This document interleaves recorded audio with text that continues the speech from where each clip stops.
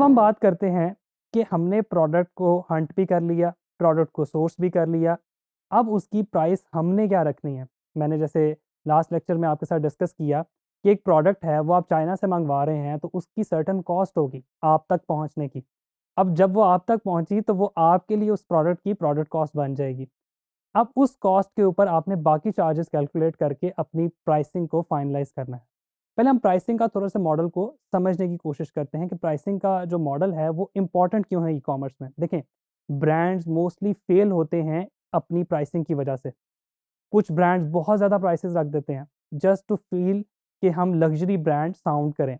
ऐसा पॉसिबल नहीं है। आपने कंपेटिटर एनालिसिस करना है। आपने देखना है कि जहाँ पे वो प्रोडक्ट सेल हो रही है, जिस टारगेट ऑडियंस को वो सेल हो रही है, वो किस प्राइस रेंज में है और जो ब्रांड पहले से लग्जरी इमेज लग्जरी पोजीशन बना के बैठा हुआ है, उसकी क्या प्राइसिंग है और वो क्यों है, वो कितने साल से है तभी वो उस प्राइस पे सेल कर पा रहा है। इन सब फैक्टर को आपने जहन में रख के अपनी प्राइसिंग को डिसाइड करना है। प्राइसिंग को अगर हम डिवाइड करें तो प्राइसिंग की मल्टीपल कैटेगरीज हैं, मल्टीपल स्ट्रैटेजीज हैं। अगर हम उसको मार्केटिंग के एंगल से देखें, सबसे पहली चीज़ है आपके पास कॉस्ट प्लस प्राइसिंग। इसमें होता क्या है कि आपकी प्रोडक्ट की कॉस्ट है, उसके डिलीवरी चार्जेस हैं, उस पर ज़ायरा ऐड के चार्जेस आपने पे किए, उसमें आपने अपना प्रॉफिट ऐड किया और आपने प्राइस को लिस्ट कर दिया। ठीक है, आपको एक प्रोडक्ट कॉस्ट थी 500 रुपये में, उसमें 200-300 रुपये आपने उसकी एडवर्टाइजमेंट कॉस्ट डाली, उसमें 100-200 रुपये आपने डिलीवरी चार्जेस डाले, उसमें कोई टैक्स डाला आपने और आपने 200-300 रुपये अपना प्रॉफिट ऐड किया और बता दिया कि मेरी प्रोडक्ट 1500 रुपये में अब मैं बेच सकता हूँ। ये आ गई आपके पास कॉस्ट प्लस प्राइसिंग। दूसरी आ जाती है मार्केट बेस्ड प्राइसिंग। इसमें आप अपने कंपेटिटर्स को देखते हैं कि मार्केट में लोग कितने का सेल कर रहे हैं। फिर आप रिवर्स इंजीनियरिंग करते हैं कि मार्केट में अगर एक प्रोडक्ट 2000 की सेल हो रही है तो मैंने वो कितने की बेचनी है। मैंने वो 300 रुपये में सोर्स करनी है, 400 में करनी है, 500 में करनी है, मैंने किस प्राइस के अंदर उस प्रोडक्ट को सोर्स करना है। अब देखें, एक प्रोडक्ट 2000 में सेल हो रही है, हो सकता है अगर आप उसको सोर्स 200-300 रुपये में कर लें तो आपका जो प्रॉफिट मार्जिन है वो इंक्रीज कर जाए। फिर आपके पास आ जाती है value based pricing. Value based pricing का मतलब ये है कि प्राइस जो है वो आप चार्ज कर रहे हैं जो वैल्यू आप प्रोवाइड कर रहे हैं।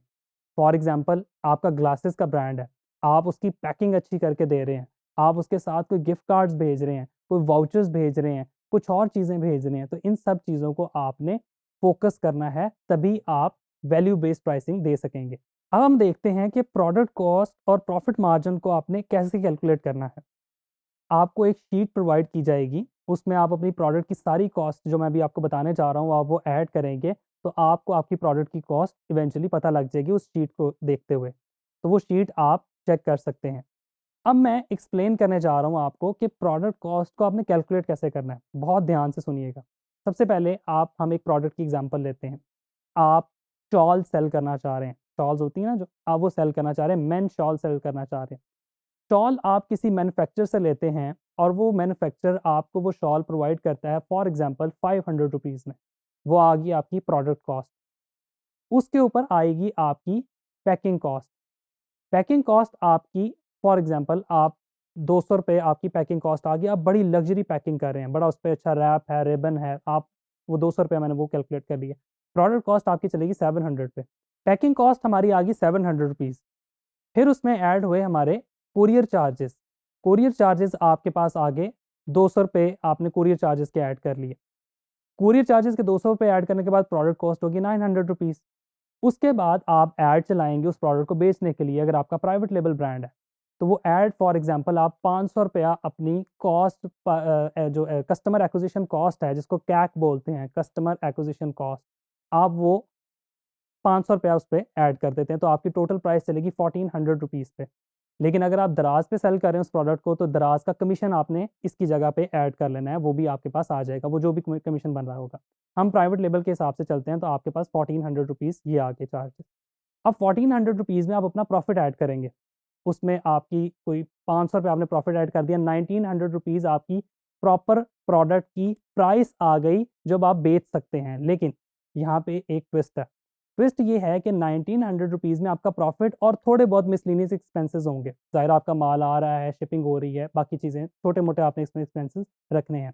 इसमें एक कॉस्ट आपकी आएगी रिटर्न की कॉस्ट, वो मैं आगे चल के बताऊँगा। पाकिस्तान में सबसे बड़ा मसला रिटर्न्स का है। तो मैं वो आगे चल के आपको बताऊँगा कि आपने वो कैसे कैलकुलेट करनी है। आपने उसके भी कोई ₹50 रख लेने हैं।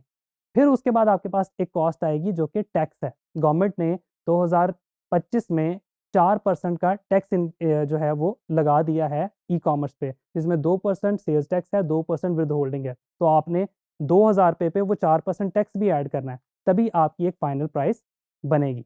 ये वो फ़ॉर्मूला है जो प्राइसिंग का मैंने आपके सामने रख दिया, आपको एक शीट भी प्रोवाइड कर दी जाएगी जैसा कि मैंने पहले बताया। आप उस शीट में अपनी सारी कॉस्ट अपनी जो कॉस्ट है वो ऐड करें तो आपके पास प्रोडक्ट की फाइनल प्राइस आ जाएगी।